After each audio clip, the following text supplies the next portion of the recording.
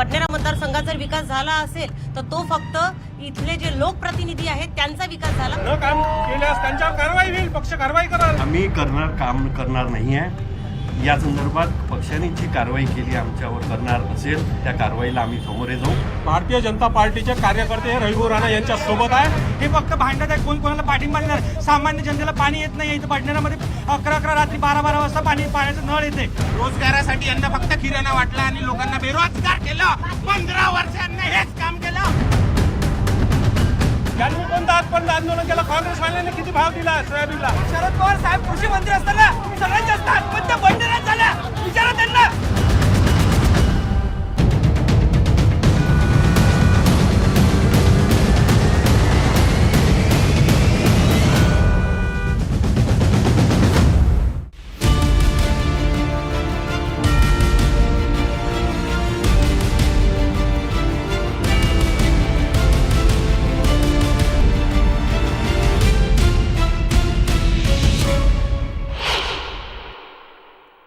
तर मंडळी, आपला मूड जो आहे तो जोमात, शानदार आणि जोरदार आहे आणि हाच मूड जाणून घेण्यासाठी अमरावती जिल्ह्यातल्या बडनेरा विधानसभा मतदारसंघात मी आलेलो आहे। आता क्षणाला मी आहे शिवाजी चौकामध्ये। इथले विद्यमान आमदार आहेत युवा स्वाभिमान पक्षाचे रवी राणा आणि यंदा त्यांना भाजपकडनं तिकीट मिळेल अशी अटकळ बांधली जाते, पण इथल्या स्थानिक भाजप पदाधिकाऱ्यांकडनंच त्यांना जोरदार विरोध होताना दिसतोय।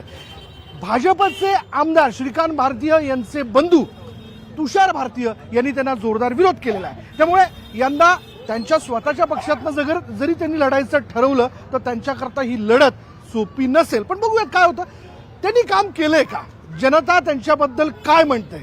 थेट सुरुवात करूयात। चला मावशी, तुम्हाला विचारायचं आहे, पक्के रस्ते, पाणी, या सगळ्या गोष्टी ज्या त्या मूलभूत गरजा आहेत त्या आमदार साहेबांनी इथे पूर्ण केल्यात का? हो केल्यात झालेलं आहे, झाले आहेत ना। रोबो राहणार आम्ही करतोय। होय का?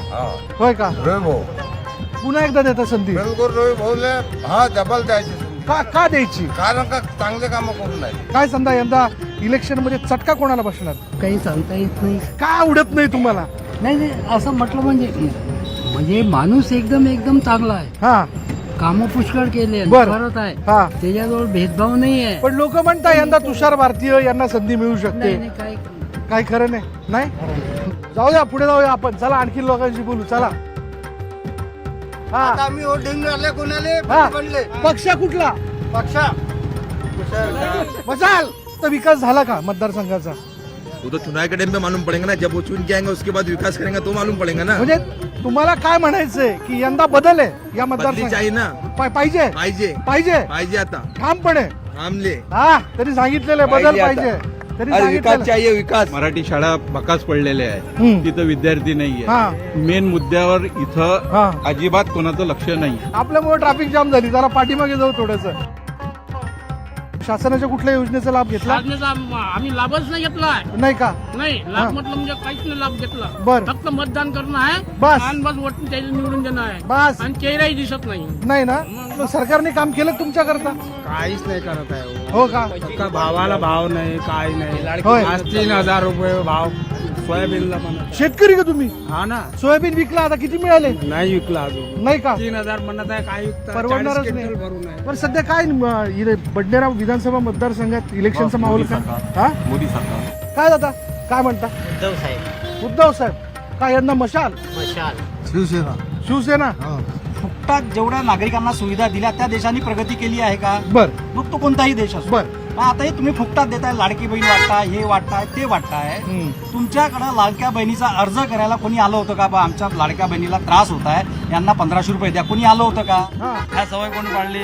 काँग्रेसने पाळली आहे। केजरीवाल बसू हे फुकट ते कोण काँग्रेस त्यानेच केलेलं आहे होय. ना। आता काय नाही, लोकांना सवय पडून गेली, आम्हाला हे पाहिजे ते पाहिजे ते पाहिजे। हा. हे काय बिस्कुट येणं चालू आहे काहीतरी। होय ना? हा. तर मंडळी, ही आहे बडनेरा विधानसभा मतदारसंघातली पब्लिक सब जानती है। पब्लिक आपली मतं मांडते, आपलं म्हणणं मांडते आणि हीच खरं तर इथला आमदार कोण असेल हे ठरवणारे, कारण हे आहेत सजग मतदार।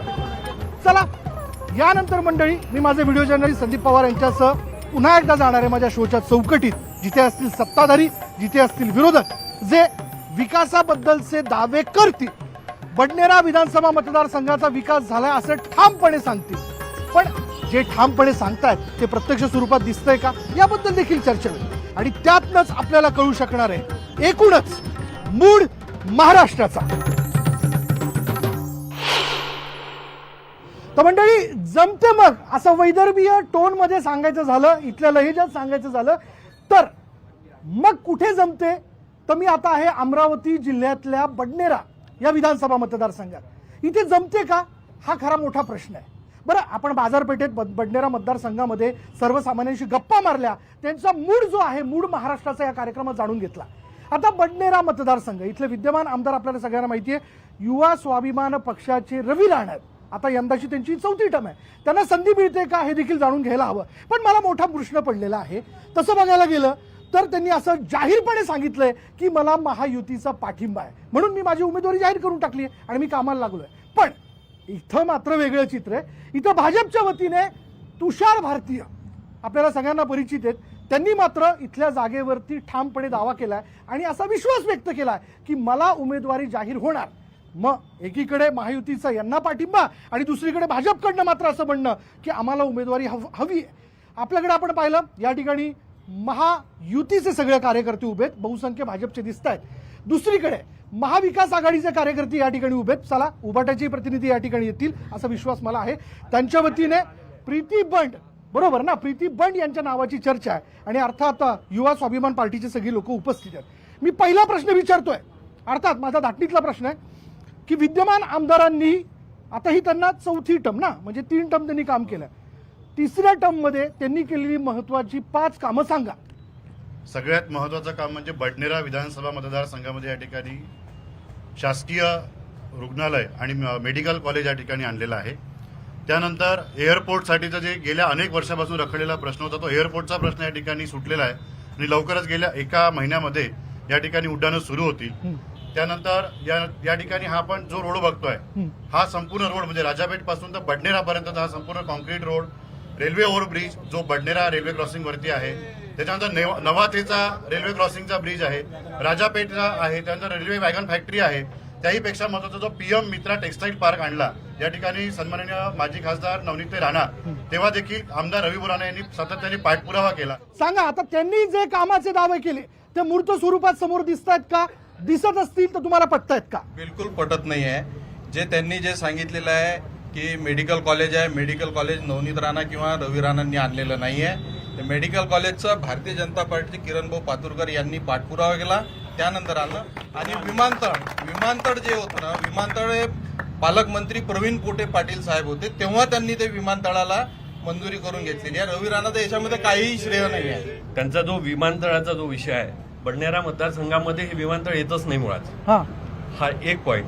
दुसरं यांनी जो मांडलेला आहे राजापेठ पासून तर बडनेरापर्यंतचा हा जो रस्ता केलेला आहे, त्या रस्त्यामध्ये फक्त नवाथे आपण ज्या भागात आपण उभा आहे इथलंच केवळ काँक्रिटीकरण झालं. ती या टर्म मधलं नाही आहे, ते मागच्या टर्म मधलं आहे. आयाजीच्या जीवावर बायाजी उताना जी आहे ना, तसंच रवी राणेजींचं काम आहे. भारतीय जनता पार्टीचे कोणतेही नगरसेवक असो, कोणतेही असो, त्यांच्या प्रत्येक कामावर तुम्ही कुठेही जाऊन पहा, निधी त्यांनी आणलेला असतो. सगळ्यात पहिले जातात, उद्घाटन करून चालले जातात आणि सांगतात की आम्ही काम केलं. यांनी जे दावे केले ते पटतायत का तुम्हाला? अमरावती आणि बडनेरा विधानसभा दोन्ही शहरी भागात येत असल्या कारणाने राष्ट्रपती प्रतिभाताई पाटील असताना याची विमानतळाची असो मुहूर्तमेढ असो किंवा आपला वॅगन फॅक्टरीची मुहूर्तमेढ असो, ही राष्ट्रपती प्रतिभाताई पाटील यांच्या कार्यकाळातच सुरू झाली. भविष्यात काही कार्यकर्ता ती बंद पडण्यात आलं होतं काम, तेव्हा माननीय पालकमंत्री सुनील देशमुख यांच्या नेतृत्वात PIL दाखल करून अधिकारी वर्ग आणि प्रशासनाला जाग आणून पुन्हा त्या एअरपोर्टचं काम सुरू झालंय. सगळ्यात महत्वाची गोष्ट म्हणजे बडनेरा मतदारसंघात जर विकास झाला असेल तर तो फक्त इथले जे लोकप्रतिनिधी आहेत त्यांचा विकास झाला, अन्यथा बडनेरा मतदारसंघाचा हा भकास मतदारसंघ आहे. महायुतीमध्ये युवा स्वाभिमान मित्र पक्षाचा समावेश महायुतीत झाला आणि जेव्हा खासदारकीच्या तिकिटा संदर्भात प्रश्न निर्माण झाला होता, तेव्हा भाजपनी त्या ठिकाणी बिनशर्त या ठिकाणी उमेदवार म्हणून सौभाग्यवती नवनीत राणा यांना भारतीय जनता पार्टीचं तिकीट दिलं आणि तेव्हाच युवा स्वाभिमान पार्टी ही मित्र पक्षामध्येच होती आणि आजही महायुती समावेश आहे. तुम्ही ठामपणे सांगताय की त्यांचं नाव जर महायुतीतनं जाहीर होईल तर यांना काम करावं लागणार आहे? 100% करावं लागेल. महायुती धर्म यांना पाळायचा नसेल तर जे कार्यकर्ते काम करणार नाहीत त्यांच्यावरती पक्ष कारवाई करेल. बडनेरा मतदारसंघ हा आमदार रवी राणा यांना सुटलेला आहे युवा स्वाभिमान पार्टीला, आणि डिक्लेअर आहे. तिकीट सुद्धा घोषित आहे. घोषित आहे हिरवा कंदील आहे. आणि भारतीय जनता पार्टीच्या कार्यकर्त्यांना काम करायला न काम केल्यास त्यांच्यावर कारवाई होईल, पक्ष कारवाई कराल. बरं काम करणार आहात की नाही आहात? वरनं जर आदेश आला तर नाईलाज आहे तुमचा. आम्ही काम करणार नाही आहे. या संदर्भात पक्षाने जी कारवाई केली आमच्यावर करणार असेल त्या कारवाईला आम्ही सामोरे जाऊ. या मतदारसंघातल्या युवकांना कामं दिली का? 15 वर्षामध्ये ऐका बडनेरा मतदारसंघामध्ये होतो ना. अमरावती जिल्ह्यातून सगळ्यात जास्त निधी हा आमदार रविभाऊ राणा यांनी आणलेला. बर सगळे काम का तुम्ही भातकुली जाऊन पहा, ऐका. भातकुली जाऊन पहा, सुजलाम उत्तर सुफलाम द्यायचं केलेला ना. आहे. ऐका. अंजनगाव बारी जाऊन पहा, पूर्ण सुजलाम सुफलाम केलेला आहे. रोजगार काय केलं? पीएम मित्रा टेक्सटाईल पार्कच्या या ठिकाणी आणलं. तसंच फ्लाईट ट्रेनिंग जे आहे सगळ्यात मोठं या ठिकाणी पायलट ट्रेनिंग आहे. एशियातलं नंबर 1चं पायलट ट्रेनिंग. बडनेरामध्ये वीट भट्टे होते. वीट भट्टे हनुमानगडीला विटा दिल्या नाही, त्याच्यामुळे रवी राणांनी ते वीट भट्टे पूर्ण मोडून काढले. रोजगारासाठी यांना फक्त किराणा वाटला आणि लोकांना बेरोजगार केलं. 15 वर्ष यांना हेच काम केलं, बाकी यांना काहीच काम नाही. किराणाच्या भरोशावर यांना मतदान केलेलं आहे. मला एक सांगा. ठीक आहे. 23 कंपन्या टेक्सटाईलच्या आल्या होत्या, त्यातल्या 12 बंद पडल्या. त्याच्यानंतर 12 ते 13 इंजिनिअरिंग कॉलेजेस आहे. तिथून प्रत्येक वर्षी 800 ते 1000 पोरं पासआउट होतात, पण त्यांना जॉब नाही. 8 आणि 10 हजारसाठी त्यांना पुणे मुंबई गाठावं लागतं. गेल्या 15 वर्षात माननीय विद्यमान आमदारांनी काय केलं? काहीच केलं नाही. स्वतःचं एक डीपीएस स्कूल काढलेलं आहे. 2 लाख रुपये फी घेऊन मुलांना प्रवेश दिला. आपलं शहर पेन्शनरचं व्हायला लागलं. युवक नोकरीसाठी बाहेर पडतात म्हणजे रोजगार नाही. एक भारतीय जनता पार्टीचा नेता विरोधात असला म्हणजे पूर्ण भारतीय जनता पार्टीचे कार्यकर्ते विरोधात नाही. भारतीय जनता पार्टीचे कार्यकर्ते रविभाऊ राणा यांच्या सोबत आहे. त्यांच्या खांद्याला खांदा लावून काम करणार. तरी सुद्धा या भूमाफियानं जागा सोडली नाही. बाजूनं टीन शेड लागला, हे रवी राणानंच केला. हा जो रोड केला होता फक्त इथं दहीहंडी होते म्हणून रोड केला. ह्या गोष्टी लक्षात घेतल्या पाहिजे. ज्या रोजगाराचा विषय होता, अंजनगाव बारी भानखेडा रोडवर यांनी स्वतःचा गव्हर्नमेंटचा रोड स्वतःच्या फार्म हाऊसच्या अंदर घेतला. का अजून एअरपोर्ट सुरू झालं नाही? एअरपोर्ट खासदार नवनीतजी राणा, रविभाऊ राणा यांनी महाराष्ट्र शासन आणि केंद्र सरकार उड्डाण मंत्री यांच्यापासून आणलेला आहे मंजूर करून. दिवाळीनंतर एअरपोर्ट इथून सुरू होणार आहे. एअरपोर्ट हे काही रवी राणाचं श्रेय नाही आहे, त्यांच्या मतदारसंघात सुद्धा नाही आहे. जेव्हा भारतीय जनता पार्टीचे पालकमंत्री प्रवीण पोटे पाटील होते तेव्हा त्या एअरपोर्टची, आणि सुधीर भाऊ होते. नवनीत राणाचा त्याच्यामध्ये काही रोल नाही आहे. कारण सांगतो, नवनीत राणा ह्या केंद्रात होत्या आणि एअरपोर्ट हे महाराष्ट्र सरकारच्या अखत्यारीत आहे. त्याच्यामुळे यांना हेच माहिती नाही की एअरपोर्ट बनवलं कोणी आहे. इतक्या वर्षापासून म्हणत आहे की ते एअरपोर्ट चालू करत आहे. आजपर्यंत आम जनतेचा कोणी विचार केला का की व्हीआयपी लोकच आजपर्यंत म्हणतात की माझे खासदार म्हणतात की आतापर्यंत आम्ही एअरपोर्ट करत आहे, पण सामान्य जनतेसाठी आतापर्यंत कधी एअरपोर्ट झालेला आहे? हे बीजेपी आणि युवा स्वाभिमान हे दोन्ही एकाच पक्षाचे घटक आहे आणि हे दोघंच भांडणं करून राहिलेले आहे. बरं. हा काय ताल तमाशा आहे तुमचा? काय ताल तमाशा आहे? हा ढिंडोरेपणा करून राहिले दोन्ही पक्ष.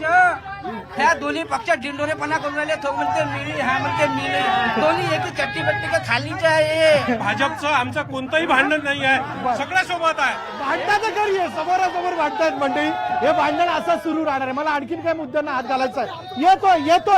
येतोय पण यानंतर इथे वेळ झाली का ब्रेकची? ब्रेक घेतोय आणि ब्रेक लगेचच मग इथल्या मेडिकल कॉलेजचा मुद्दा असेल, शेतकऱ्यांचा मुद्दा असेल, धानाला मिळणारा भाव असेल, या विषयाला घेऊन विद्यमान आमदारांनी किती आवाज उठवला हा देखील प्रश्न मी विचारणार. घेऊयात एक ब्रेक.